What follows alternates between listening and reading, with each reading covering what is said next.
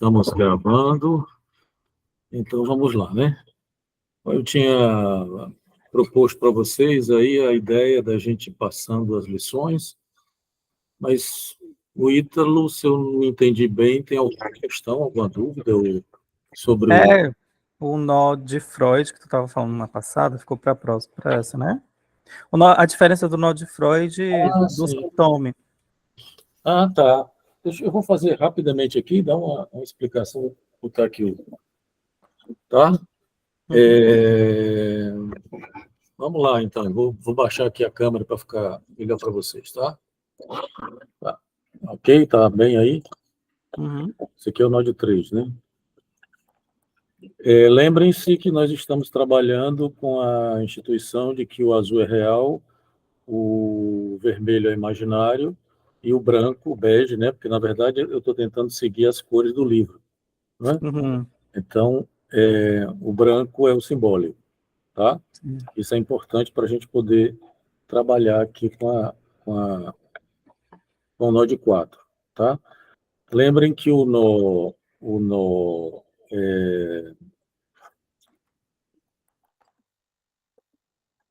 de Freud, né? Havia a seguinte distinção, né? De que você tinha, por exemplo, tá?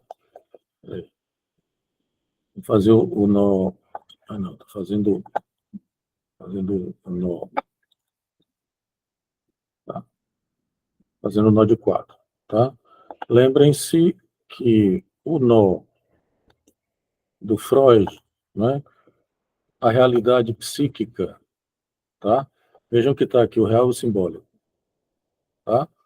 A realidade. Uhum. Peraí, que tem gente. Peraí, gente. Eu tenho que levantar para ver quem é que está entrando aqui, tá? No nó de Freud, então, temos aqui o real, o azul, tá? E o vermelho, o simbólico. Então, no nó de Freud, a realidade psíquica, segundo Lacan, ela viria fazendo um tipo de suplência ao real, tá? Ou seja, ela se engancha aqui nesse nó de 4 no real, tá certo? De maneira que o imaginário, ele se engancha no simbólico, tá? Uhum. Isso é importante para entender a diferença para o nó de Santônio. Como a gente apresentei para vocês na vez passada, se você faz o nó de 4 assim, tá?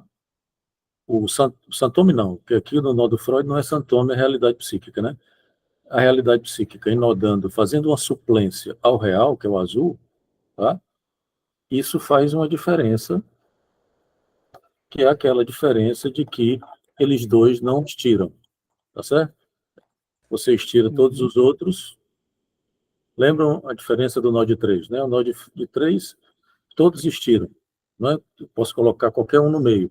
No nó de 4, não. No nó de 4 ele tem uma diferença que, como a realidade psíquica e o real estão inodados de uma maneira que a realidade psíquica está fazendo suplência ao real, eles não estiram, tá? Ó, eu estiro todos os outros, tá? Os dois, porque vejam que são dois pares, tá? Rigorosamente, se vocês observarem, são dois falsos buracos, tá? Veja que isso aqui, o simbólico e o imaginário, é um falso buraco. Lembram do falso buraco? Deixa eu Uhum. lembrar, deixa eu lembrar para vocês aqui o falso buraco, tá? Falso buraco com os outros dois. Falso buraco é aquele assim, tá? Lembra? É esse que é inodado de uma maneira Uhum. tal que se eu passar um terceiro aqui no meio, vira um nó borromeano de 3. Tá? Lembram disso, tá? Se você faz dois falsos buracos, sendo que um falso buraco de 4 inoda aqui dentro, você faz um nó de 4, tá? É isso aqui que eu estou mostrando para vocês, ó. Você tem dois falsos buracos. Um falso buraco no nó de 4, tá? Um falso buraco, que é um falso buraco composto do simbólico e do imaginário, tá? Lembrem-se que Uhum. o simbólico é o bege, branco, e o imaginário é o vermelho, tá? E um falso buraco composto pela realidade psíquica Ó, veja quando eles estão inodados, né? Estão vendo aqui, ó, eles estão um enfiado no outro, tá? Uhum. Peraí, tem gente entrando, tá? Tá? São dois falsos buracos que estão inodados um no outro, tá? Que é exatamente o nó de 4, tá certo? No nó de Freud, o par, então você tem dois pares, tá? Observem que vocês têm dois pares aqui. Um par, Uhum. que de um lado você tem o real e a realidade psíquica, tá? E do outro lado, o imaginário e o simbólico. De maneira que você. O problema aqui qual é? É que exatamente você não consegue estirar os que estão fazendo pares. Tá? Se eu puxar o real e a realidade psíquica, ele não estira. E se eu puxar o simbólico e o imaginário, ele não estira. Tá? Os outros a gente estira. Ó. Aqui eu não estiro, tá? Puxei o real e a realidade psíquica, ele não estira. Tá? Se eu puxar o simbólico e o imaginário, ele também não estira. Tá? Mas se eu puxar o simbólico e o real, ele estira.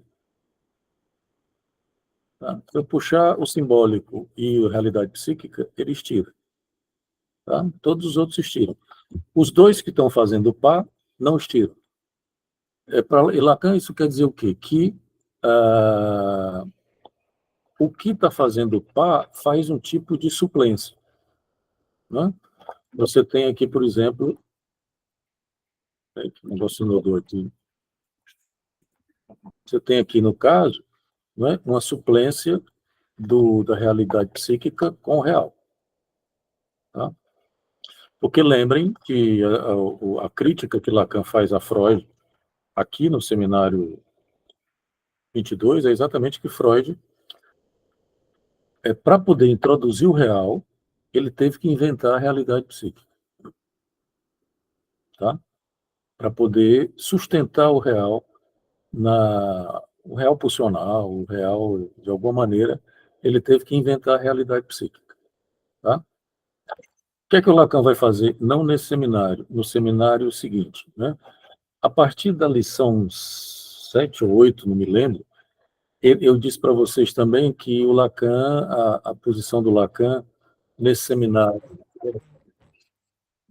era uma posição ambivalente com relação ao nó de 4, né? Ele começa o seminário criticando Freud, porque Freud precisou de um quarto elo, e ele dizendo que não é necessário. Tá? Não seria necessário se o Freud tivesse tratado o real de outra maneira, que não pelo o empirismo transcendental que ele tratou. Né? Eu estava lendo com os alunos hoje o mal-estar, né, na universidade, e essa coisa do Freud, a necessidade do amor, né, de como a necessidade, a fome, entende? Esse tipo de coisa que não está em Lacan, está no Freud. A história desse empirismo transcendental de Freud, que a fome é uma necessidade e tal. Tá? Não que a fome não seja necessidade, mas no sentido de que Freud bota o real aí, né? Tá certo? Numa perspectiva meio empirista. O que é que Lacan vai dizer? E então, como eu disse, no seminário 22, a posição de Lacan é ambivalente com relação ao nó, porque ele começa fazendo uma crítica, dizendo que não é necessário e tal. E a partir da lição 7 ou 8, agora exatamente eu não sei qual é, talvez seja 8, ele começa a considerar a possibilidade de trabalhar com o nó de 4, né? Com 4 elos. Tá? Ele começa a discutir isso, ele começa a falar das nominações, né, da inibição, sintoma e angústia, e começa a falar nessa possibilidade de tratar o nó de 4.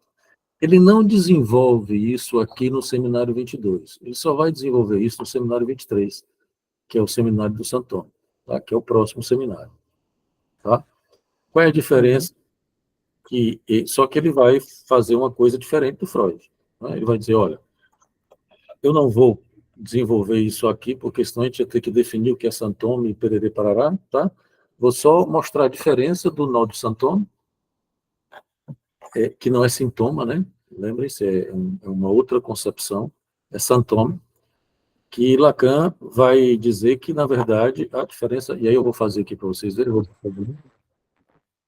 A diferença qual é? É que no caso do Santome, o Santome, ele faz... O Santome, no caso aqui, seria o equivalente à realidade psíquica, né? Que se no nó de Freud a realidade psíquica estava fazendo par com o real, né? No Santome, no nó do Santome, ele faz par com o simbólico. Tá? Porque para Lacan, o Santome ele é uma suplência ao simbólico. E isso tem toda... Olha, fazendo cor de novo. Só quero fazer o falso, o falso buraco. Tá? Lembrem-se que isso aqui é uma forma fácil de fazer o nó de 4. Tá? Você faz dois, né? dois usos. Então, vejam, aqui você tem o simbólico e o real. Tá? Se no nó de Freud a realidade psíquica era inodada aqui com o real, aqui no Santome ele vai inodar com o simbólico. Tá? Que não é mais realidade psíquica. No caso agora é o Santome. Tá? E o imaginário vai estar inodado com o real. Tá dando para ver? Tá? Tá sim. Sim, sim. Então, quer dizer, se eu estirar o simbólico... Oxe, o bicho abriu. Vou ver se aqui ele inoda direito. Peraí, tá errado, gente. É porque o bicho abriu aqui e... Vou fazer rapidamente de novo aqui para vocês observarem. Simbólico abriu. Tá? Você faz aqui as alças, né? Tá bom? E aí, no caso aqui, passa...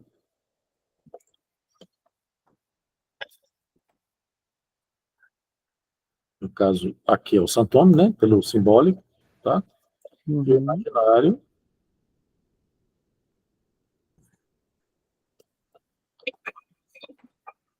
pelo real, tá?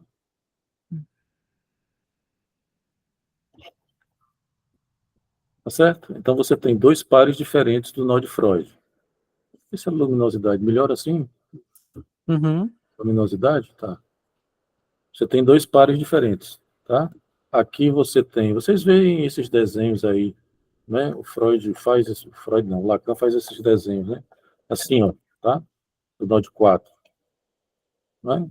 Aquilo que eu falei, são dois falsos buracos. No caso, esse nó aqui do Santoma é diferente porque existe um falso buraco do simbólico com o Santoma e do real com o imaginário. Tá? De maneira que se eu puxar o simbólico e o Santoma, eles não estiram. Tá? Se eu puxar o imaginário e o real, eles também não estiram. Tá? Agora, se eu puxar qualquer outro, estira. Tá? Qualquer outro que não esteja fazendo dupla, esteja fazendo falso buraco. Tá? Tudo bem? Essa é a diferença que você tem. O que é que isso quer dizer concretamente para Lacan, né? Que, na verdade, o Santome, ele é como a estrutura ela é sempre uma estrutura precária e que ela, inevitavelmente, parte de um buraco. O Santome ele é sempre uma suplência ao simbólico, porque o simbólico nunca consegue nomear o buraco. Tá?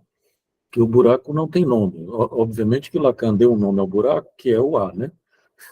Mas o A não é propriamente um nome, é uma letra, como se faz na matemática. Né? Então, o Santome é uma suplência ao simbólico. É um tipo, ele faz uma função de nominação. Veja que isso criou, tem uma certa, se vocês aí forem estudar um pouco e aprofundar os estudos, vocês vão ver que isso criou uma polêmica e uma certa confusão, porque alguns autores, bons autores, inclusive, como Schertzman, que é um autor argentino muito interessante, ele pega essa ideia do quarto elo como suplência e sai brincando com isso e fazendo um monte de possibilidades que ele chama de enodamentos sintomáticos, não é? Mas eu, só um pouquinho, Camilo, só para concluir, mas eu tenho algumas dificuldades com isso no sentido de restrições. Para mim, o Santome, como Lacan propõe, ele é uma suplência ao simbólico, né? O Santome, tal como a gente define. Tem uma série de polêmicas, de confusões em torno disso que não vale a pena a gente entrar agora. Mas diga aí, Camilo. Não, uma dúvida que eu fiquei, professor, quando o senhor estava aí colocando. O senhor fala que o Santome, ele faz um falso buraco. O Como se, efeito desse falso buraco é o que você está falando dessa suplência do simbólico, assim, o que seria exatamente o efeito de fazer um falso buraco? o falso buraco, ele precisa de um terceiro para ter uma consistência, né? Veja, o terceiro é exatamente quem dá consistência ao falso buraco. Porque é exatamente isso, quer dizer, o que dá consistência ao imaginário é o real e o simbólico. O que dá consistência ao simbólico é o real e o imaginário. O que dá consistência ao real é o imaginário e o simbólico, né? Aqui, o quarto elo, ele é uma forma de você diferenciar os outros três, que no nó de três eles aparecem como sendo homogêneos, né? Naquele estiramento, como vocês viram. Quer dizer, aqui não tem uma diferença, quer dizer, se eu, nesse caso aqui, por exemplo, eu não consigo estirar o simbólico e o santônimo, tem? Então não são homogêneos. Faz uma diferença. A maneira como são inodados. É um nó borromeano, continua tendo a característica borromeana, porque se eu soltar qualquer um, ele desinoda, tá? Mas já não tem uma mesma homogeneidade do nó de 3, tá? Se você se lembra, quer dizer, no nó de 3, a forma como se faz, qual é? Você faz o falso buraco, supondo isso aqui, é porque eu não estou querendo desfazer o nó, né? Isso aqui é um falso buraco. No nó de 3, você faz um falso buraco do real com o simbólico, tá? E o que dá consistência é o atravessamento de um outro elo, que eu não tenho aqui no momento, mas se você atravessar, quem dá consistência a esse falso buraco é o imaginário, né? Você enfia o imaginário aqui e aí você faz um nó de 3. Deixa eu fazer para ficar claro. Eu já fiz isso uma vez, mas não custa nada fazer de novo, né? Você tem aqui um falso buraco, tá? Que, como eu disse, você faz como se faz como se você fecha saco de supermercado, né? Você pega aqui e faz assim, tá? Aí puxa as bandas, tá? Aí você vê, falso buraco. Eu venho com o terceiro, que é o imaginário, isso no nó de 3. Se eu passo por aqui, eu tenho um nó borromeano, tá? Por quê? Porque rigorosamente, como eu já disse isso para vocês, no nó de 3 não existe interpenetração. Ele tem que começar com um falso buraco, tá? No nó de 4 também não, entende? Quer dizer, não tem. Veja que eu já falei isso, né? O amarelo e o vermelho não estão soltos. Característica do nó borromeano, que eu já disse isso para vocês, né? Quer dizer, isso aqui é um nó trivial, né? É um nó trivial. Isso aqui, na topologia, tá? Isso aqui é uma cadeia trivial. Significa o quê? Que eles não estão penetrados. Se eu fizer assim, eu tenho um nó olímpico e uma cadeia não trivial, tá? Quer dizer, porque eles estão inodados, estão interpenetrados. Isso em topologia, né? Lacan segue, tá? Então, veja bem, a característica curiosa do nó borromeano, o de 3, o nó borromeano de maneira geral, qual é? É que eles não... a cadeia borromeana, ela não é uma cadeia trivial. Por quê? Porque se eu faço o noborromeano, né, eles estão inodados. Essa é a genialidade que encanta Lacan. Eles estão inodados, né, curiosamente, mas eles, paradoxalmente e curiosamente, as dimensões mantêm uma relação de trivialidade uma com a outra. Aqui, ó, tá? O amarelo, o que é que esse amarelo está fazendo aqui? Bom, enfim. O amarelo está solto do vermelho, não é? O verde está solto do vermelho. Por aí vai. Eles mantêm uma relação de trivialidade. Tá? Mas tem uma consistência. E aí o que você está perguntando, né? Tem uma consistência, porque eles produzem a lógica, porque se você perceber, é isso aqui, ó, tá? Ó, falso buraco e o imaginário passando aqui no meio, tá? O buraco que eles fazem, o buraco de 2 é sempre um falso buraco, tá? Você pode fazer falso buraco aqui, você pode fazer o falso buraco com o imaginário, aqui com... Bom, é porque estou usando as cores diferentes aqui, né? Entende? Mas no nó de 3 você pode fazer falso buraco com qualquer um. No nó de 4, não.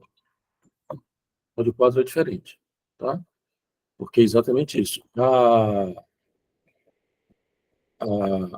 A suplência do, do, do Santome, no caso do nó do Santome, né, é uma suplência ao simbólico, que implica exatamente uma proposição do Lacan de que o Santome ele tem uma função de nominação.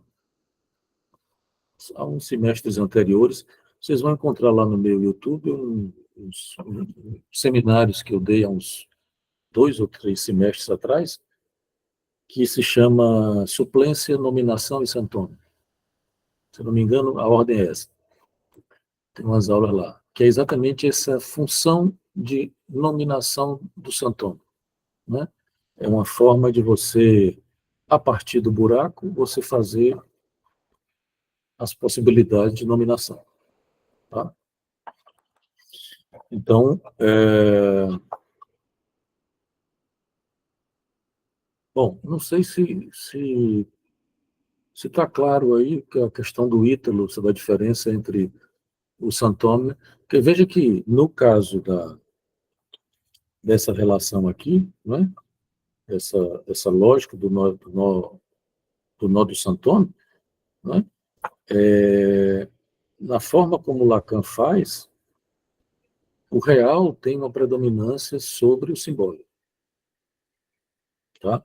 É porque, não sei se a gente fez o nó que a gente fez na vez passada, né? E lá passando pelos 3.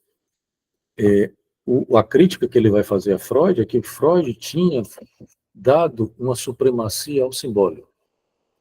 Né? O simbólico passaria sobre o real em 2 pontos.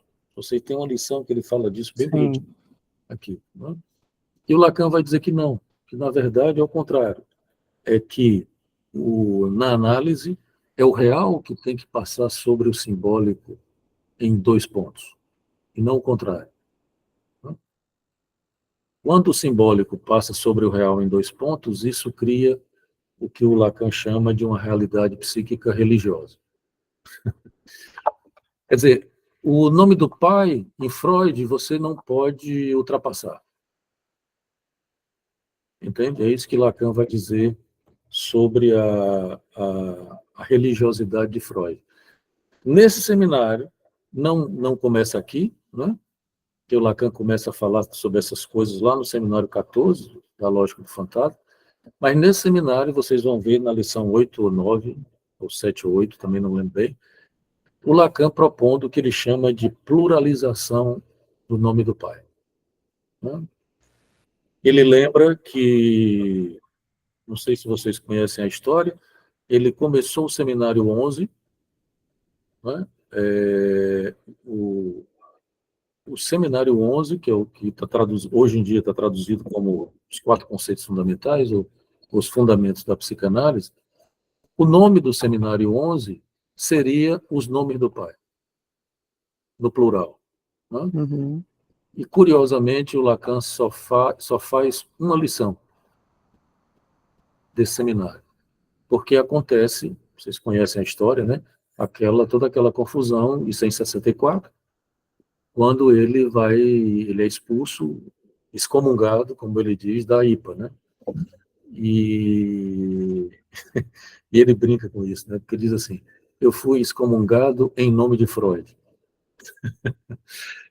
E aí ele, curiosamente, para o seminário, não é? Ele só tem uma lição que está publicada, não é? O nome do pai, tem a publicação avulsa, que é uma única lição desse seminário. Ele interrompe o seminário por conta disso e começa outro, que é exatamente o seminário 11, que ele, inclusive, em uma lição aqui, ele vai citar, né, de que foi quando, na obra dele, a obra dele começou a ter uma consistência. É assim que ele diz. Né?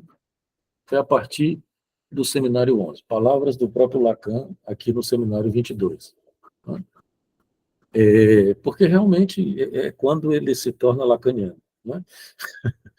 Até o seminário 10, todos os seminários de Lacan têm temáticas freudianas. Né? Os escritos técnicos, relação de objeto, o eu, enfim, né? Formações do inconsciente, o desejo, que é o 6. A ética eu diria que já é um seminário bem lacaniano, né? Que é um dos meus preferidos, apesar de ter sido ultrapassado em determinadas questões, né? Mas ainda hoje é um seminário fantástico. O 8, que é a transferência, o 9 é a identificação, o 10 é a angústia. Né? Todas temáticas freudianas. E a partir daí os seminários ganham novos títulos, né? Novas versões e tal, que são mais lacanianos. Até, inclusive, chegar num período que ele começa, quando ele desenvolve uma noção de la língua, que vocês já devem ter ouvido falar. Aqui ele vai falar muito disso, né? Ele vem falando da ideia de la língua, tem um determinado momento que ele vai falar da interpretação aqui, né? Que ele vai dizer, olha, a interpretação ela não tem a ver com o sentido, ela tem a ver com a jaculação dos significantes, com o som, não é? E que ele chama de jaculação dos significantes. Porque ele não está mais interessado na lógica da significação que a estrutura de linguagem permite. Ele está como se tivesse descido um nível, isso é apenas uma figuração, né? Não é uma questão de nível, mas é como se Lacan tivesse descido um nível para a língua. A língua é essa primeira relação com a linguagem que demonstra como a língua, ela demonstra o gozo do corpo. Vocês viram um vídeo muito bonitinho que está passando no Instagram de um molequinho, um bebezinho, que está parado, aí começa a tocar um forró do Luiz Gonzaga, ele começa a dançar todo bonitinho. Viram esse vídeo? Se viralizou aqui, né? É um moleque nordestino, né? Ele Uhum. está quietinho, é um bebê. Eu acho que aquele bebê, se tiver 1 ano, acho que você nem se ele tem 1 ano. Né? Aí começa a tocar Luiz Gonzaga, ele começa a dançar, não é? Quer dizer, que é o que o Lacan chama o canto, não é? No seminário 23, ele renomeia entre aspas, né?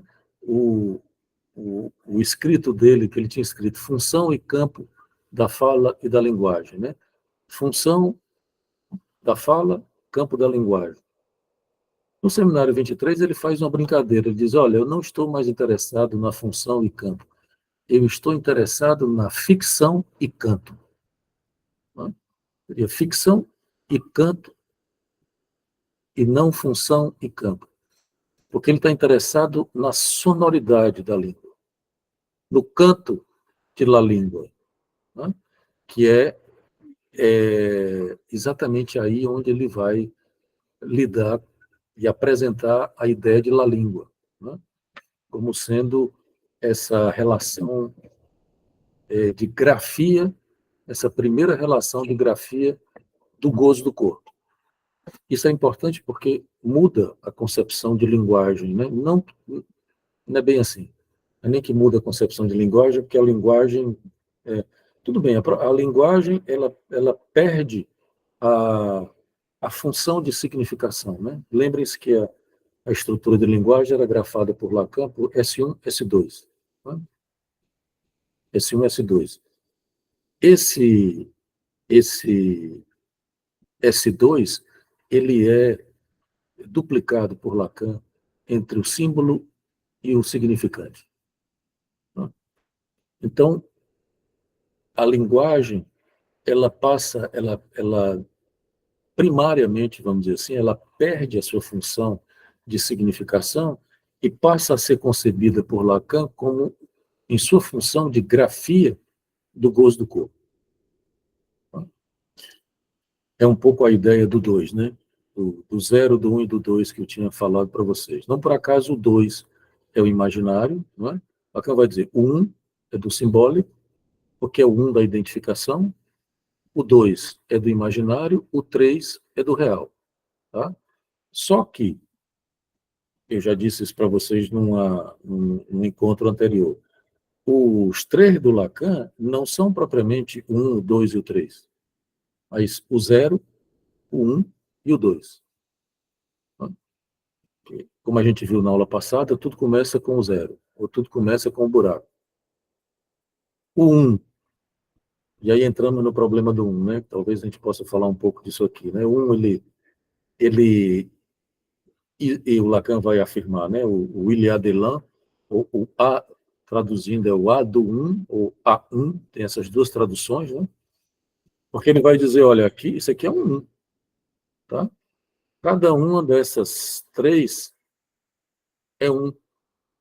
E quando eu faço o nó, que na verdade é uma cadeia, deixa eu usar os 3 que a gente vem usando, né? Quando eu faço o 3, ele vai dizer, esse aqui também, isso aqui é um 1, né? É 1 do real, tá? É 3 em 1, como se diz. Né? E é por isso que ele vai dizer A do 1, porque, obviamente, há essa função do 1, que é uma função simbólica, que nos dá, inclusive, uma função identificatória. Né? O simbólico tem essa função do 1. Inclusive, ele vai falar da identificação na última lição. Ou agora não sei se é na última, mas eu acho que é. Ele vai voltar às 3 identificações do Freud, né? A identificação real, imaginária e simbólica. Tá? E o 2 é exatamente o 2 do imaginário, porque é onde a gente vai encontrar o sentido. Né? E a possibilidade de significação. O que é que Lacan radicaliza a ideia de la língua dizendo o quê? Que, na verdade, a linguagem, ela deixa de ser uma cadeia no sentido S1, S2, e ele vai dizer que ela é composta rigorosamente só de S1. Ele vai brincar, inclusive, com como ele está trabalhando com a equivocação de la língua, com a sonoridade de la língua, ele vai brincar com essa ideia do S em francês, né? S1, que fonologicamente, faz uma homofonia com leçon, em francês, que é enxame. Então, o S1 e o leçon, o Lacan vai brincar com isso, né? De que o S é como se a cadeia fosse um enxame de S1. O S1, desde o seminário 14, mas especialmente no 16, ele vai demonstrar que o 1 nunca pega o 2. O S1 nunca chega no 2, de que essa relação de significação é sempre fracassada. Né? Clinicamente, o que é que isso quer dizer?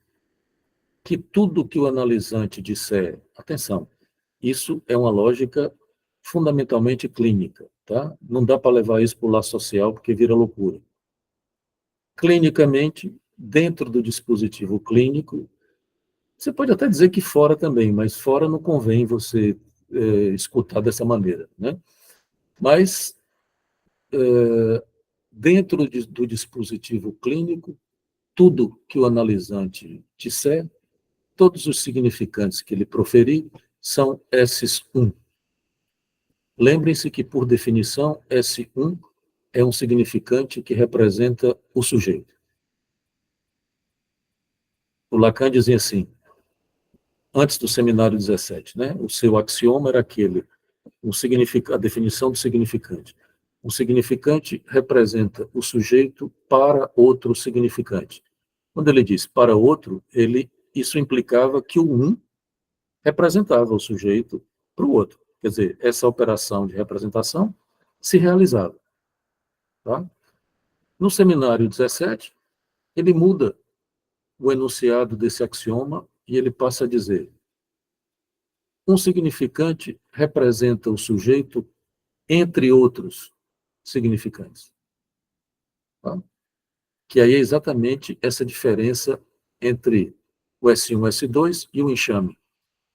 Né? O S1 representa o sujeito não para o outro, porque isso nunca se realiza, mas ele representa o sujeito entre outros significantes.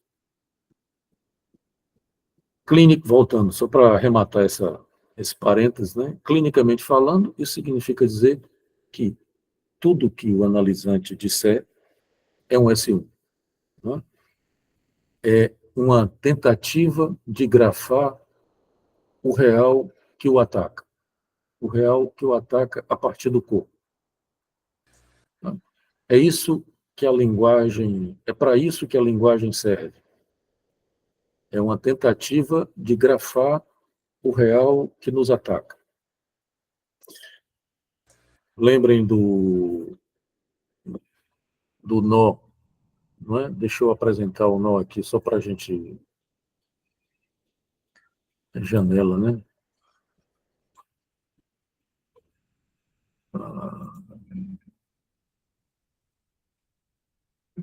Cadê esse negócio?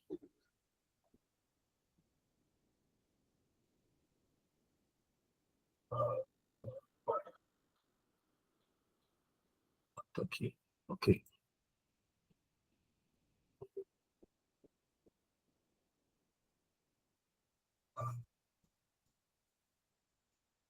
Bom, apareceu aí, né? Deixa eu aumentar aqui a figura para ficar melhor para vocês verem. Tá? Tudo bem? Estão vendo aí? Veja que Sim.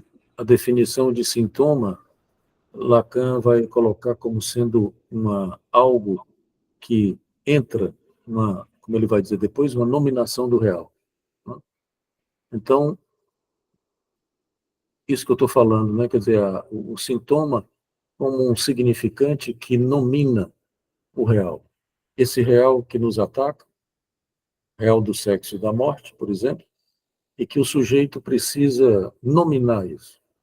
Então, inclusive, ele vai dizer que nessa lógica aqui, o sintoma, ele dá consistência ao inconsciente. Né? Quer dizer, ele existe ao inconsciente. Veja que o sintoma aqui, inclusive, não é mais o sintoma metáfora do Freud. Né? O sintoma formação do inconsciente, tal como a gente encontra em Freud. Ele é um sintoma escritura do real. É uma nominação do real. Né? Então, veja que é um tanto quanto diferente da lógica freudiana. Né? Por isso que o sintoma é uma invasão no real. Né? É um nome que o sujeito escolheu para nominar o ataque que ele está sofrendo do real.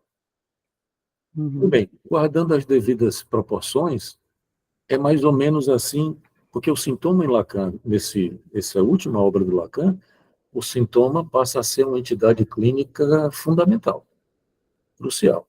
Não é?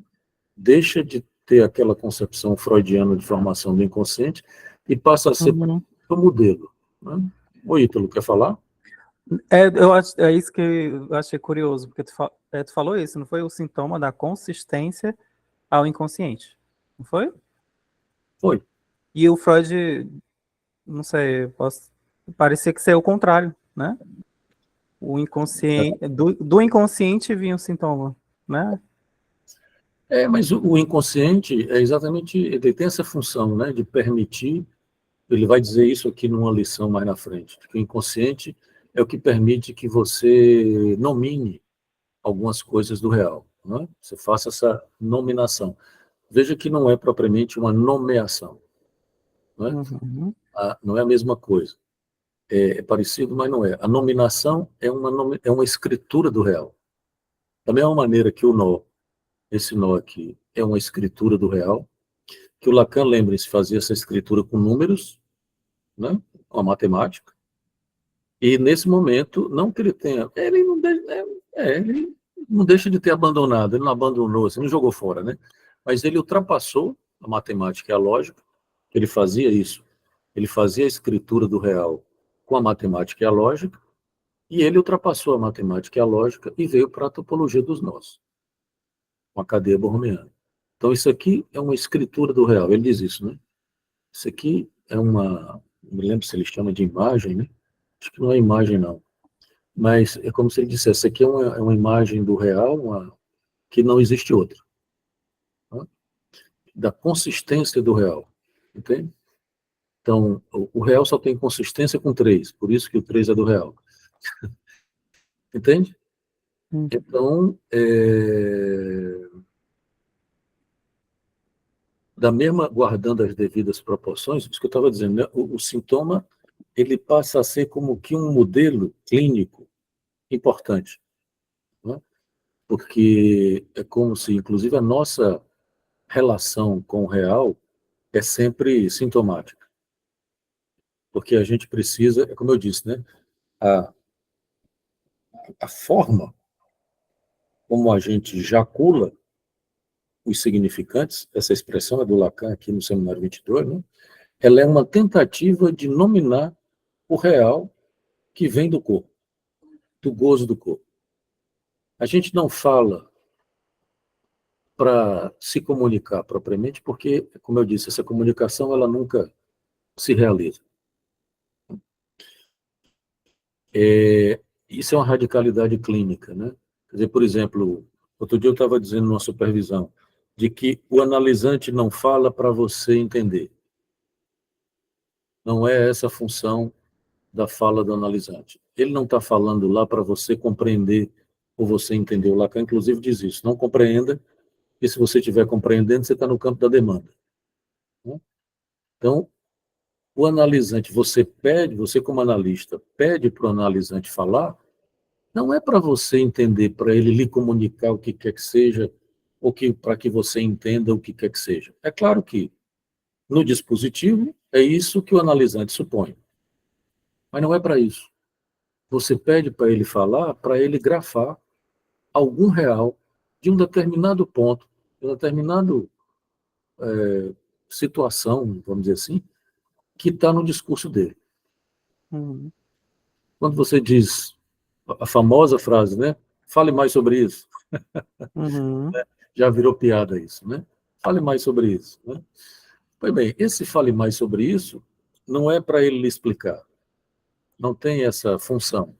É para que ele... E é curioso porque isso que tu tá falando de não é do entender, né? Que às vezes se o paciente está falando de uma questão específica, aí ele acha que você entendeu, aí você pede para ele falar mais sobre isso, aí ele fica com uma interrogação bem grande na cara dele, tipo, quê? É, Eu acabei de falar, você não entendeu? Mas não é sobre entender. porque veja, por exemplo, de que o que eu estou falando aqui, eu tenho absoluta certeza que vocês não estão entendendo. Não porque é difícil, mas é porque o que eu estou falando só serve para mim. Essa é a radicalidade do Lacan. A função comunicacional da linguagem, ela se perde. O que vocês estão escutando não é o que eu estou falando. É o que você pode escutar. Entende? Essa é o caráter restritivo da linguagem, da relação da linguagem, do significante e da linguagem com o gozo do corpo. Né? O Lacan, se eu não me engano, é no Seminário 20 que ele diz isso, né? A nossa relação com a linguagem ela é praticamente masturbatória, né? Porque o que a gente diz serve para a gente. Uhum. Quer dizer, não há... veja que o gozo é diferente do desejo, porque o gozo não tem dialética. O gozo não tem... não há relação sexual exatamente por isso, né? Que você não pode gozar o gozo do outro. Entende? O desejo implica a possibilidade de você reconhecer o desejo e a condição desejante do outro. O gozo não. Se alguém chora, né, e você chora também, aí as pessoas dizem assim, né, eu entendo a sua dor, eu sinto a sua dor. Não é verdade. É impossível isso. Se a pessoa chora e você chora também, você está chorando por causa da sua dor e não por causa da dor do outro. A dor é sua. Uhum. Né? É claro que a gente faz uma brincadeira, um acordo simbólico, né, metafórico, de que a gente diz, né, que faz esse tipo de lógica transicional, né, que eu sinto a sua dor. Mas rigorosamente não é verdade. Porque veja que estamos aqui numa outra questão importante desse seminário. Aqui no gozo do outro, vocês estão observando, onde tem, deixa eu ir para a figura, né? Onde tem aqui entre o real e o imaginário, né? Esse JA, esse gozo do outro, ele equivale ao gozo do corpo. Não é o mesmo outro, esse outro aqui não é o outro do simbólico. Observem que é um outro que existe ao simbólico. Está fora do simbólico. Porque o outro em Lacan vai sofrendo modificações desde o seminário 14. Desde o seminário 14, dizendo de uma maneira mais sistemática, o outro, que era um outro da linguagem, que era exatamente esse outro que, imagino que vocês já tenham estudado aí do Lacan, aquele período do simbólico do Lacan. Pois bem, o outro em Lacan, ele vai se tornando um outro do campo do real, que é exatamente não um outro da linguagem, portanto, do simbólico, mas é um outro à linguagem, em oposição à linguagem. É aquilo que está fora do simbólico. E o que está fora do simbólico é da dimensão do real, né? Que é exatamente esse gozo do corpo. Esse gozo outro, que é o gozo do corpo, que está fora do campo do simbólico. Né? Então,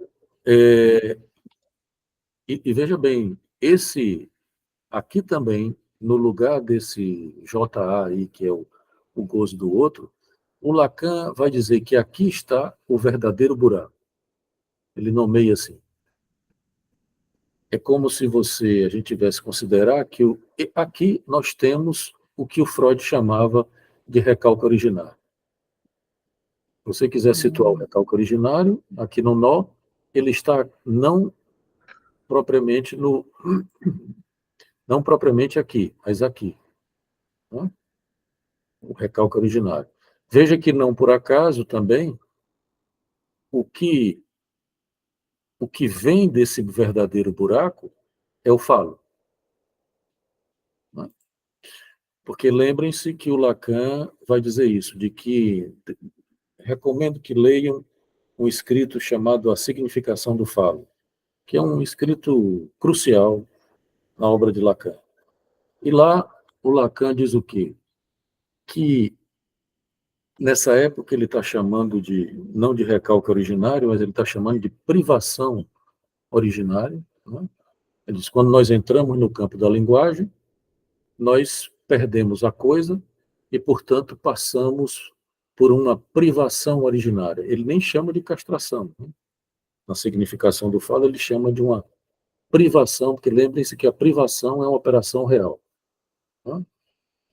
O Seminário 4 ele define assim, né? A castração, a privação e a frustração. A castração, uma operação simbólica. A frustração, uma operação imaginária. e a privação, uma operação simbólica, ou uma operação real. Tá? Então, ele vai dizer o que nós herdamos após esse buraco, esse recalque originário, essa privação originária, é o falo. Porque é o falo que vai permitir exatamente você balizar as suas significações. Daí o termo a significação do falo, né? Que ele vai brincar com isso, né? Porque tem um como é que chama?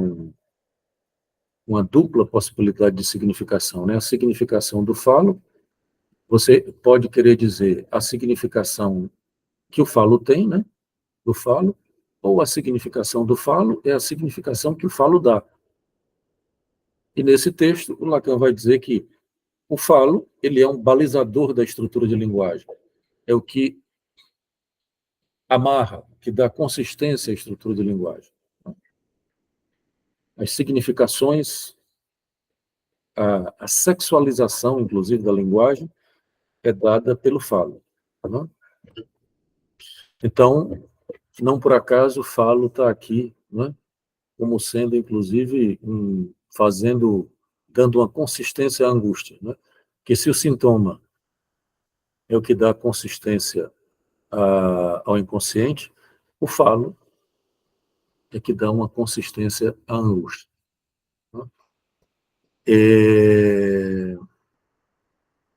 O que é que, clinicamente, isso é muito interessante, porque eu acho que a maioria de vocês clinica, e sabe, por exemplo, não tem coisa que funcione melhor com uma crise de angústia do que uma sessão de análise, uma boa sessão de análise. Né? É verdade. Agora, não é só falar, né? O sujeito tem que falar para um analista, como diz Lacan, né? No sentido de que ele faz um tipo de grafia do real. E veja que a angústia aparece quando, de alguma forma, o desejo ou a condição fálica do sujeito está em perigo, quando ele corre o risco de ser objetalizado. O seminário 10, exatamente sobre a angústia, ele diz isso. Né? Você está muito próximo da condição objetal. E a inibição é porque não está aqui, né? Mas vocês podem... Eu não sei por que não está aqui nesse desenho. Mas o Lacan citou aqui, vocês estão vendo o verdinho, né, da inibição? E tem o azul, que faz essa correspondência do sintoma com o inconsciente, o vermelho, a angústia com o falo. E a inibição, o Lacan citou aqui, deixa eu ir para a figura, né? Estão vendo aqui, né? Bem aqui, o Lacan, se eu não me engano, é no nó da terceira, o Lacan situa o STA barrado. Tá? Quer dizer, o STA barrado é que pode permitir uma certa saída, inclusive, da inibição. Né? Porque lembrem-se que a inibição é exatamente, ele passa pelo gozo do outro. Né? A inibição implica uma certa condição muito própria do gozo do outro. Né? O inibido, ele está meio que acuado, né? Está meio que pelo gozo do outro. Né? Tem uma exigência do outro, que vem do outro, que paralisa o sujeito na inibição. Né? Tudo bem aqui? Uhum. Alguma dúvida? Não? Bom, podemos então fazer aquela... Vou parar aqui a apresentação ou querem que eu deixe? Eu vou parar, tá? Não sei, precisar a gente faz de novo. A gente pode, então, pelo menos começar aqui, encaminhar alguns pontos, né, que eu tinha sugerido, de pegar as lições e ir falando de alguns pontos, né? Se vocês tiverem algum ponto específico, a gente pode, né, se deter nele. tá? Mas eu vou seguindo aqui as lições. A lição 1, eu vou pular, porque muita coisa a gente já falou, tá?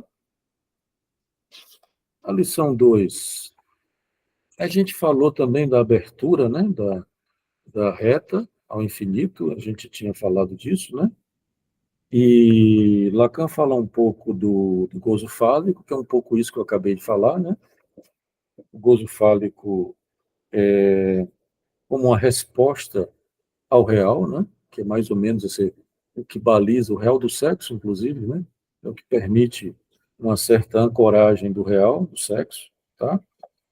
Mas tem um ponto aqui na lição 2 que é essa insistência de Lacan em dizer que o nó não é um modelo, né? Porque ele vai dizer o modelo é do imaginário. Apesar de ele ter dito no começo de que o nó é do campo imaginário, ele está dizendo o quê? Cadê o nó? O que é que eu fiz com o nó? Aqui. De que o nó é imaginário no sentido de que ele possibilita uma imagem, uma consistência do real, tá? Mas depois, na outra lição, ele vai dizer o nó é o real, tá? É essa representação do real, essa escritura, não é representação, essa escritura do real, né? E veja que ele não é um modelo, porque ele não é um o modelo implicaria uma forma, que ele chama uma boa forma, né? E implicaria esse imaginário, e ele diz que não é, tá? Não é a mesma lógica do modelo, né? Tem uma coisa interessante na planificação, né? Que a planificação é aquele desenho que eu acabei de apresentar. Vocês, nas primeiras lições, e daí por diante ele está retornando a isso, o Lacan fala da debilidade mental, né? Vocês devem ter visto isso. E o Lacan diz que o pensamento, ele não acompanha, ele não funciona em 3 dimensões. Nosso pensamento é débil. Nós padecemos dessa debilidade. O pensamento, ele funciona em 2 dimensões. Por isso que, daí a importância da planificação, que é esse desenho em 2 planos, em 2 dimensões, né, no plano da cadeia borromeana, que isso permite que a gente pense, né? Veja que isso é interessante, porque mostra, por exemplo, que a psicanálise, ele inclusive discute com Descartes aqui também, né? O Lacan está discutindo com Descartes a obra inteira, né? Vira e mexe, ele bota o Descartes no jogo, história do cogito e etc, né? E aqui ele discorda do Descartes, dizendo isso, de que o Descartes faz uma distinção entre a extensão e o pensamento, né? E ele vai dizer que não, de que o pensamento precisa da extensão, mas a extensão numa dimensão 2, né? Na dupla dimensão. Porque fica difícil, por exemplo, a gente falar de uma série de coisas em termos topológicos, se não for através da planificação, né? O Lacan diz isso nas perlições. Então, vocês, obviamente, já devem ter apanhado muito fazendo nó, né? O próprio Lacan, se vocês leram, ele vira e mexe, ele erra, né? Erra e diz, oh, errei, passei aqui e tal, e etc. E ele erra várias vezes, né? Nessa feitura dos nós e tal.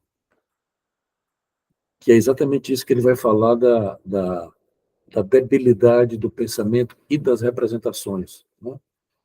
A ideia de representação é uma ideia com a qual o Freud trabalhava, mas com a qual o Lacan não vai se deter nelas, né?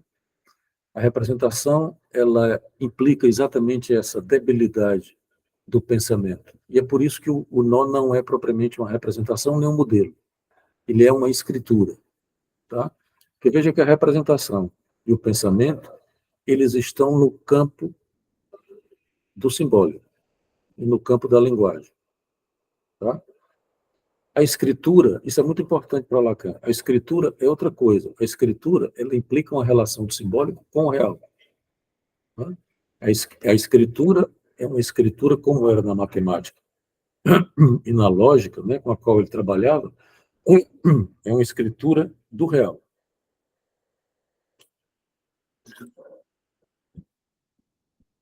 Então, a, a representação, ela implica essa debilidade do pensamento. E veja que é exatamente por isso que a psicanálise não é filosofia, não é? Que não é, a clínica não é uma questão de pensamento.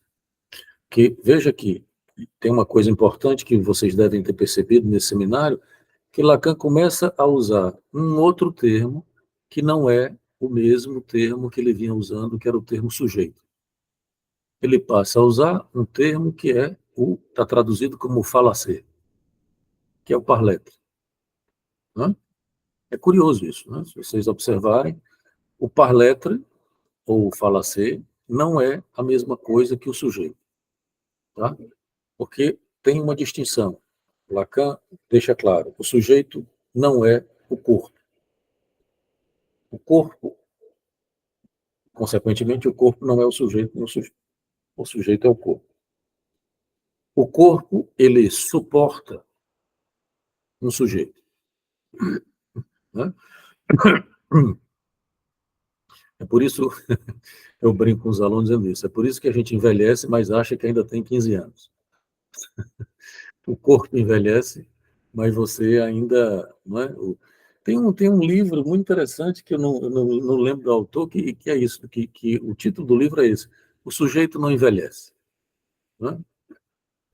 O corpo envelhece, mas o sujeito não. Eu esqueci quem é o autor, mas eu acho que é um psicanalista brasileiro, ou uma psicanalista, não me lembro bem. Então, o parletre não é a mesma coisa que o sujeito, porque o parletre implica o corpo. Né? O parletre, ele implica o real, o simbólico e o imaginário. Implica a condição corpórea, né? Que é exatamente essa convocação de você fazer uma escritura do real, do gozo do corpo. A linguagem serve para isso. Então, é uma curiosidade desse seminário, que é essa... Ele vem usando já esse termo, não é só desse seminário, né? Ele vem usando esse conceito, né? Esse termo, que não é a mesma coisa do parletre, do sujeito, né? Ele usa parletre e tal. Quer dizer, o parletre implica o corpo e o gozo do corpo. Né? O sujeito é essa função de singularidade, que é uma função que opera numa condição simbólica fundamentalmente. Né? Simbólica, especialmente simbólica. Tá? Tudo bem?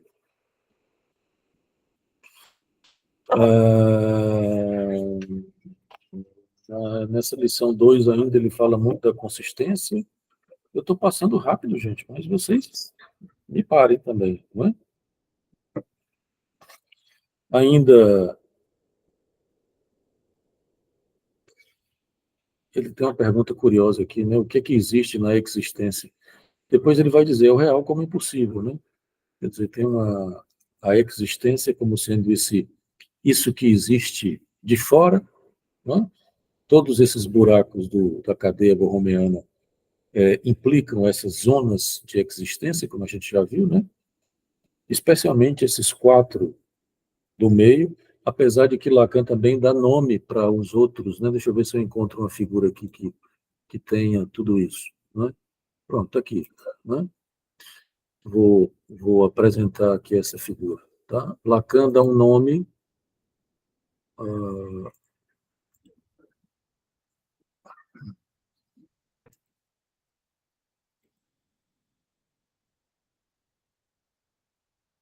Esse nó aqui é o nó da terceira, tá? Observem que ele está ao contrário. Você lembra da terceira, né? Quem comprou o seminário deve ter comprado o documento também, que é aquela conferência que se chama A Terceira, que é onde ele apresenta o nó com essas nominações aqui pela primeira vez, tá? Esse nó aqui é o nó da terceira. Qual é a diferença? Observem que o sintoma aqui ele está no lado oposto, é uma entrada do real no simbólico. É diferente daquele que eu apresentei antes, né? Aí, no seminário RSI, o sintoma... Deixa eu ir para a figura para mostrar para vocês, né? Veja aqui, no RSI, o sintoma é uma entrada do simbólico no real, né? Ele faz esse movimento aqui. Aqui, 2 semanas antes de começar o seminário RSI, Lacan profere essa conferência e ele vai dizer que o sintoma é uma entrada do real no simbólico, tá? Depois ele corrige, tá? No seminário RSI e vai dizer que é uma entrada do simbólico no real, tá? Mas eu estou apresentando esse nó aqui porque ele é como ele nomeia, né? Vejam que aqui, olha, tem as representações pré-conscientes, né? Aquilo que eu estava falando, né? A história da representação como sendo algo que tem a ver com o pensamento e com a debilidade do pensamento. E vejam que eles colocam vários nomes aqui, né? No imaginário, ele nomeia o corpo, né? No simbólico, ele coloca a morte, e no real, ele coloca a vida, né? É muito curioso isso, porque o que é que ele quer dizer com isso? É que a gente, no corpo imaginário, a gente já falou disso, né? Quer dizer, o que dá consistência ao real e ao simbólico é o corpo, né? A morte, só quem pensa na morte, quem sabe da morte, somos nós, seres de linguagem, portanto, os seres que estão no campo do simbólico, né? E a vida, ele situa aqui no real, porque é curioso, porque a gente imagina que deveria ser o contrário, né? A morte no real e a vida no simbólico, né? Mas não, Lacan vai mostrar que a morte aqui, depois ele vai colocar, ele vai trocar e vai colocar a morte e vida aqui no real, tá? Mas enfim, a morte, porque, como eu disse, só nós, seres do simbólico, podemos pensar na morte, né? E a vida, porque é algo que nem a biologia sabe muito bem o que é, né? Tem um real da vida que, curiosamente, a gente não sabe o que é, ainda não tem uma definição, né? Conseguimos falar bastante sobre a morte, mas sobre a vida, né? Exatamente. A biologia não define, né?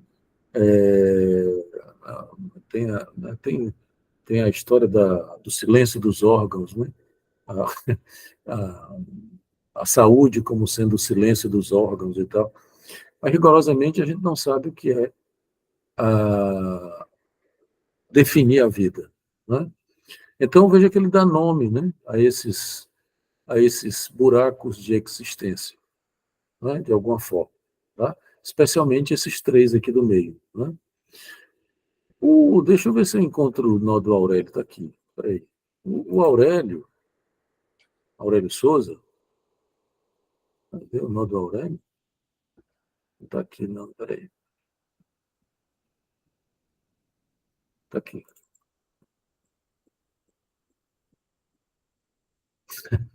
Aurélio, no último, eu vou parar essa apresentação e apresentar o nó, estou chamando aqui o nó do Aurélio.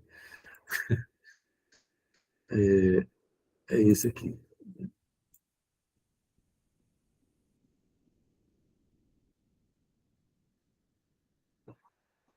Aurélio aparece com essa proposição aqui, né? Vocês estão vendo, né? Porque, como eu disse, o Lacan, mais na frente, ele situa a vida e a morte aqui no real, né? E o Aurélio faz essa proposta, coloca o gozo e o desejo no campo do simbólico, né? O corpo, o amor, o ódio, as paixões do ser, né? Aqui no imaginário. Vocês sabem que o amor, o ódio e a ignorância são as paixões do ser, né? O sujeito no miolo da cadeia, porque aqui nesse seminário, numa lição, agora também, ou é na 8 ou é na 9, o Lacan vai fazer isso, ele vai situar o sujeito no núcleo da cadeia borromeana, né? Ao se perguntar onde situar o sujeito, ele situa aqui. O que é curioso, né? Porque a gente teria que pensar que não tem sujeito se não tiver o objeto A, que é o objeto causa do desejo, né? Veja que o, o Ítalo estava perguntando sobre essa história do um, dessa discussão que ele faz, acho que é na lição 4, né? O um e o A, Uhum. que ele vai mostrar exatamente de que não há uma relação sexual entre o um e o A, né?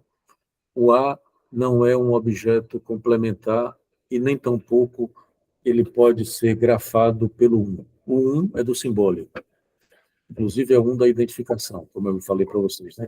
É um que permite a identificação. O A é aquilo que faz buraco no um, né? Quer dizer, toda aquela discussão que vocês já devem ter ouvido falar, né? Por exemplo, a crítica que os estudos de gênero fazem à psicanálise, de que a psicanálise é binária, ela, pelo menos a partir do seminário 20, ela não procede, porque a psicanálise não tem o um e o dois, o homem e a mulher, não tem nada disso, né? A psicanálise trabalha com o um e o A, que não é o dois. Eu acabei de dizer para vocês, a partir de um determinado momento, Lacan dissolve essa relação de representação entre um, não que ele dissolve, né? Mas ele mostra que ela não se realiza nunca, a relação entre um e o dois, né? Ela é uma forçação imaginária de sentido, né? Que o sentido vem do real exatamente porque não há sentido, né? Não tem sentido, então a gente produz uma série de sentidos, já que não há sentido, né? Não tem sentido. A gente já falou disso numa aula anterior. O que eu estava falando? Eu me perdi agora. Sim, do um e do A. Então, não existe binarismo, porque exatamente o um e o A não são a mesma coisa. Veja que isso quer dizer o quê? Que, para voltar à questão das identidades e dos identitarismos, né? O sujeito não tem nada a ver com isso. O sujeito, ele não tem uma identidade. Por isso que o sujeito não é homem, nem mulher, nem negro, nem branco, nem... Isso não subtrai, né, que o homem, a mulher, o negro, ou o branco, ou o que for, sofram dentro de uma determinada perspectiva que implica o corpo, né? Mas não, o sujeito ele não é sustentado pelo um, entende? Não é a Uhum. identificação. O um, tudo bem que Lacan falou do traço unário, mas depois ele vai falar do uniano. O sujeito não é sustentado pelo um. O sujeito é sustentado pelo A, que é o objeto causa do desejo. Nessa discussão ele vai dizer isso, né? Não é um complemento, né? É na lição 4, né? Deixa eu pegar ela aqui. Não é um complemento, né? O um e o A não tem nenhuma relação, as coisas que ele diz, né? Não tem proporção apreensível, não tem recobrimento. Você não consegue, o A, ele escapa a todo e qualquer significante, tá? E ele, inclusive, faz uma distinção, né? Tem o um do sentido, que é aquela dúvida que o Ítalo estava, né? Veja que o um do sentido é o um do ser, tá? O ser Uhum. e, portanto, o ser, obviamente, aqui, ele não é a mesma coisa do um significante, é um do imaginário, né? Você tem pelo menos três uns, né? O um do real, o um do imaginário e o um do simbólico, né? O um do imaginário é esse um que Lacan chama o um plotiniano, que é o um do todo, né? Tem um do todo. Você tem o um do simbólico, que é o um unário, que é o um da singularidade. E você tem o um do real, que é esse um que não pode ser grafado, que ele chama de uniano, né? Então, Enfim, essa discussão é importante para demonstrar clinicamente isso, né? Quer dizer, não é, a gente falou na vez passada de como o que dá consistência à estrutura não é o 1, né? É o 0, né? Eu tinha falado, e, portanto, o buraco é o buraco que dá consistência à estrutura. Né? E aqui nós voltamos a essa discussão, porque você teria que considerar de que o que causa o sujeito não é o 1, é o A. Né? É o buraco. Né? É o objeto causa do desejo, não é. Veja que não é a mesma coisa que o objeto do desejo de Freud. Né? Não é a mesma coisa. Não é um complemento direto nem indireto, é somente a causa. Então não é por acaso que ele situa aqui o sujeito no mesmo lugar onde está o A. Né? Apesar de que, como eu disse para vocês, essa proposta aqui é do Aurélio, mas o Lacan faz isso também, né, aqui nesse seminário, na lição 8 ou 9, por aí ele faz a mesma coisa. Tá? Bom, o que mais, gente?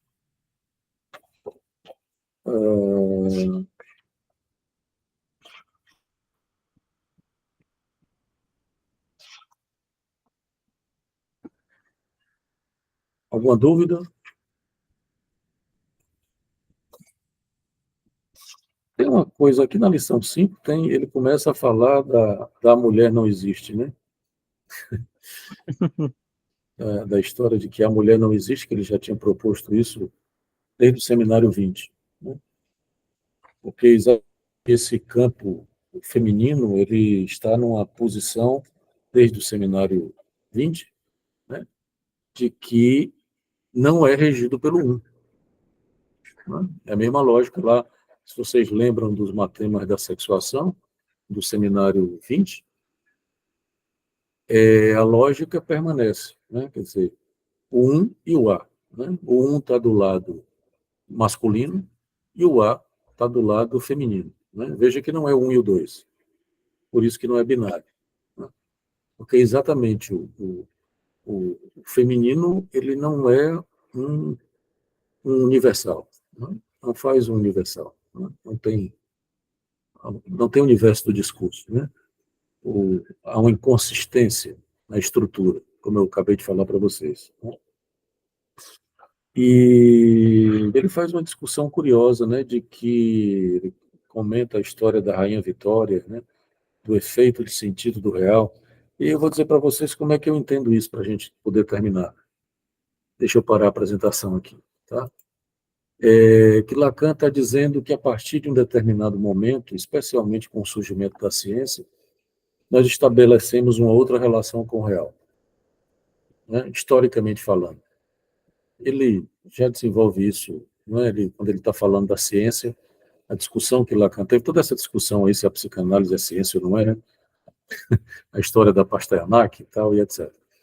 Pois bem, Lacan tem como diz o Bilné, Lacan tem o que o Bilné chama de um doutrinal da ciência. É uma teoria da ciência extremamente rebuscada. Né? E ele não submete a psicanálise ao ideal da ciência, ao contrário do Freud. Mas, nesse momento, ele está dizendo o quê? Que a partir do surgimento da ciência, nós estabelecemos uma outra relação com o real. Nós permitimos, a ciência permite o quê? E é por isso que a psicanálise é filha da ciência. A ciência permite a gente esburacar o real e fazer uma escritura do real onde o sentido está excluído, entre aspas. Né? Veja que a religião e a religiosidade simbólica da religião, vamos dizer assim, ela faz um tipo de... Ela olha para o real e vê sentido no real, simboliza o real, não é? Sacraliza o real. Não é? a ciência permitiu o quê? Que nós começássemos a futucar o real, né? A alterar o real. Aí assistiram o Oppenheimer, né? O filme. Uhum. Os caras foram lá futucar no átomo, né? No elemento básico do real, né? Para explodir o real. Lembre-se que o corpo era sagrado, então ninguém podia fazer aula de anatomia e tal, né? E hoje, né, o povo tinha que roubar cadáver para estudar anatomia e tal, e etc. Enfim, a ciência teve um efeito importante para o surgimento da psicanálise, porque ela abriu um buraco no real. Abriu a possibilidade de você escriturar o real, coisa que a religião não permite, né? A religião, o real aparece, ela imediatamente simboliza ou dá sentido ao real, né? Alguém morre, é vontade de Deus, né? Tem um projeto qualquer. Então, é por isso que a psicanálise é filha da ciência, por mais que ela não se adeque, não, tanto metodologicamente como epistemologicamente, ela não se adequa ao ideal da ciência. Mas ela, e o Freud tinha dito isso na conferência sobre a Weltanschauung, né? Ela acompanha a Weltanschauung da ciência porque a relação que a psicanálise mantém com o real é da mesma, vamos dizer assim, a mesma vizinhança, a mesma tradição da ciência. A psicanálise não injeta sentido no real, né? Não coloca o um no real. Veja que a ciência, não por acaso, a ciência foraclui o sujeito e não quer saber do nome do pai. Lacan diz isso, né? Inclusive, ele tem uma frase interessante. Ele diz assim: a psicanálise reintroduz o nome do pai na ciência. Né? Que a ciência não quer saber disso. Ela tira o um do real, coisa que a religião, né? E o Freud, né? A crítica do Lacan, a religião e o Freud fizeram, deixaram o um lá, né? Sustentando o real. Por isso que o Freud precisou da realidade psíquica. E a discussão que o Lacan está fazendo agora é exatamente essa. Nós precisamos do um pai, nós precisamos de apenas um nome do pai, ou a nossa relação com a estrutura permite que nós inventemos vários nomes do pai. Daí a ideia da pluralização dos nomes do pai. Deixa de ser um, eu terminei não falando nisso, né? Eu comecei a falar do Seminário 11, terminei indo para outro canto. A referência que ele faz ao Seminário 11, que ele começou a falar lá sobre o nome do pai, e ia fazer essa pluralização e não fez. E retorna no Seminário 21, com um tema parecido, mas diferente, né? Que é Le Nom du Père, em francês, é uma brincadeira de la língua, é uma equivocação de la língua, né? Veja como Lacan trabalha com la língua. Em francês, le nom du Père, na verdade não é assim, é Le Nom du Père. Os não tolos erram. A Letícia traduziu como vagueiam, né? Mas eu ainda prefiro erro, que tem a ver com o R, que é o R do real, e a errância. Os não tolos erram, que não dá para traduzir assim em português, né? E le nom du père, em francês, tem a mesma homofonia, tem a mesma sonoridade de le nom du père, que são os nomes do pai, né? Os não tolos erram e os nomes do pai. Ele disse que nunca mais voltaria a falar do nome do pai, voltou no seminário anterior, que é o seminário 21. Né? Mas veja que aqui ele está, como eu disse para vocês na vez passada, ele está tentando dissolver a religiosidade, a última religiosidade que ainda existia na psicanálise, explodindo o um pai, né? E permitindo e mostrando como é o sujeito, quer dizer, ele vai dizer que o nome do pai, ele na verdade é o pai do nome. Isso significa dizer o quê? Que a função do pai é nominar o real e não sustentar o real, como era em Freud. É dar nome ao real. Né? O nome do pai serve para nominar o real. Por isso que ele vai dizer que R e S I são nomes do pai. Inibição, sintoma e angústia são nomes do pai. Né? São nomes que o sujeito inventa para nominar o real. Né? E isso tem toda a importância clínica, né, e teórica para a psicanálise, essa pluralização dos nomes do pai. Né? A referência deixa de ser um. Né? Veja que, como eu disse, Freud era religioso por quê? Porque o Freud ficava no um. Mesmo que ele trabalhava com a empiria do um e do dois. Ele não ia para o zero, né? Freud ia atrás do sentido, ia atrás do dois. O Lacan, a interpretação de Lacan, em Lacan, por exemplo, não é. Veja aqui, a história que eu falei para vocês, né? Agora para terminar, tá? A interpretação em Freud é uma interpretação que sai do um em direção ao dois, em busca do sentido. Né? A interpretação em Lacan, ela sai do um em direção ao zero, como uma forma de grafar o real, de dar nome ao real, ao buraco. É diferente. Né? Quer dizer, e é isso, ele diz isso várias vezes aqui no seminário, né, que o sentido vem do real. Por quê? Porque como não há sentido, existe um nonsense, um não sentido, é exatamente por isso que nós inventamos um sentido. Nós damos um sentido.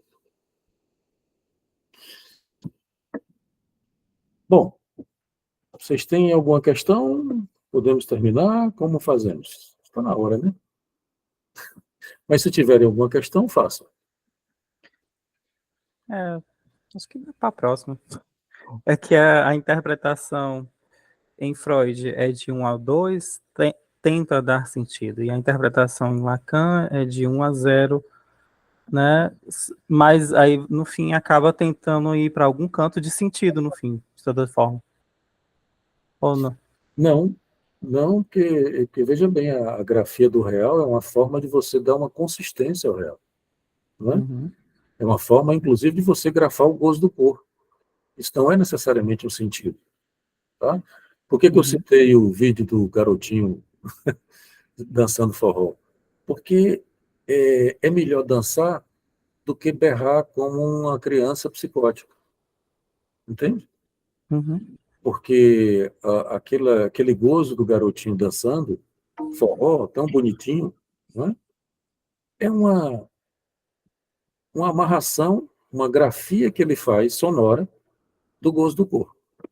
A música faz isso com a gente, né? Faz a gente dançar. Não tem sentido a música.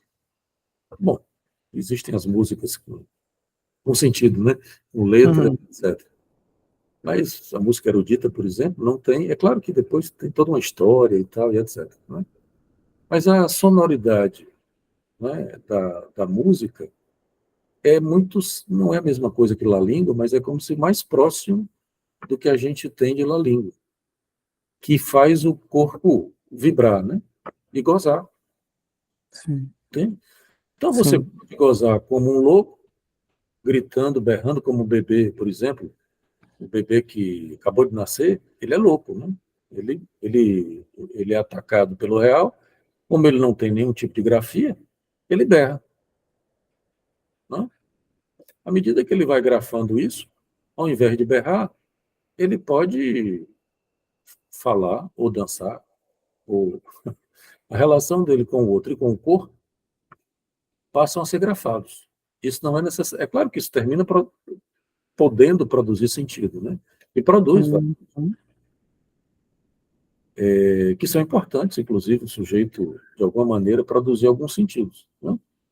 Mas a função originária da linguagem e da letra, é a distinção que Lacan faz entre significante e letra, que é o sintoma letra, por exemplo, né? Esse sintoma agora deixa de ser um sintoma significante substitutivo e passa a ser um sintoma letra, é fazer essa grafia do gozo do corpo. Né? Essa grafia que possibilitou depois haver uma produção de um sentido, né? Exatamente. E antes, é como se ele tentasse ir direto para esse sentido, ignorando a existência ou não de grafia de algo, né? Exatamente. É um pouco a ideia de representação para Freud, né? Ele passa direto para o simbólico, né? Certo. Depois o Freud fala do corpo pulsional, mas o problema é esse, o corpo pulsional em Freud está muito preso a essa história, esse empirismo, né? De que tem um organismo que é pervertido e, né, pela pulsão e, né, aquela coisa da deriva.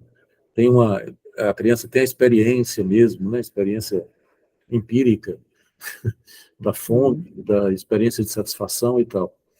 Isso em Freud está muito preso a esse empirismo transcendental, né?